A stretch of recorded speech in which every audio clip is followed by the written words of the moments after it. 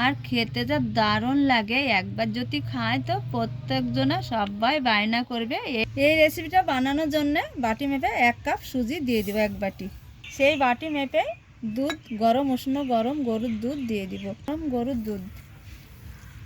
এবার একটা hand weeks দিয়ে খুব ভালোভাবে মিশিয়ে নেব। তো বন্ধুরা, বাটি মেপে সুজি নিয়েছি, আবারও বাটি মেপে দিয়ে দিব হাফ বাটি চালের গুঁড়ো, শুকনো চালের গুঁড়ো। আরও ভালো করে হ্যান্ড উইক্স দিয়ে মিশিয়ে নেব।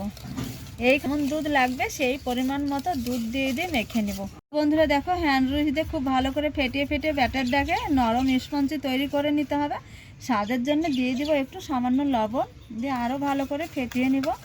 3টে বাটিতে তেল ব্রাশ করে নিতে হবে, খুব ভালো করে তেলটা ব্রাশ করে নিতে হবে। দেখো বন্ধুরা, 3টে বাটিতে তেল ব্রাশ করে নিয়েছি। ব্যাটারটা একদম রেডি হয়েছে।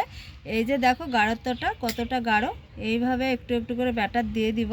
শুকনো গুঁড়ো দুধ পাউডার দিয়ে দিব অল্প অল্প করে। স্বাদটা ব্যালেন্সটা দুটোই ঠিক রাখবে আর খেতে খুবই ভালো লাগবে। দিয়েছি আর সামান্য একটু করে এই যে খেজুর গুড় আমি ঝুরি করে কেটে নিয়েছি।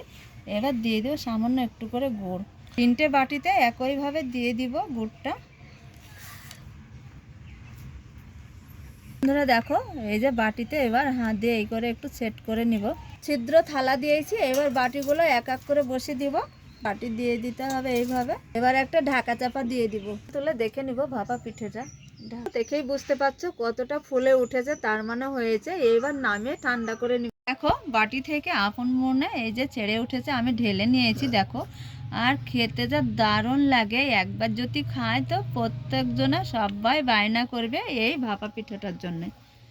খুবই ভালো লাগে। দেখো কতটা সুন্দর। আর দেখো এই যে দেখেই বুঝতে পারছো, দেখো এই যে দেখো দারুণ স্বাদের একটা ভাপা পিঠে বলতে পারো বন্ধুরা।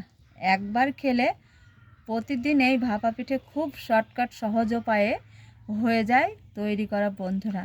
আর খুব অল্প সময়ের মধ্যে এটা ঝটপট হয়ে যায়। খেতে কিন্তু সব থেকে সুস্বাদু এই ভাপা পিঠেটা। তো বন্ধুরা, আজকের রেসিপি তোমাদের কেমন লেগেছে অবশ্যই ভালো লাগবে। যদি ভালো লাগে লাইক কমেন্ট শেয়ার করবে, চ্যানেলটা সাবস্ক্রাইব করবে, পুরো ভিডিও দেখতে থাকবে আর ভিডিওটা অনেক অনেক করে শেয়ার করবে। নিত্য নতুন রেসিপি নিয়ে তোমাদের সঙ্গে প্রতিদিন শীতের খাবার দেখাবো শীত থাকতে থাকতে। বন্ধুরা তোমরা যেখানেই থাকো ভালো থাকো, সুস্থ থাকো। তোমাদের টাটা।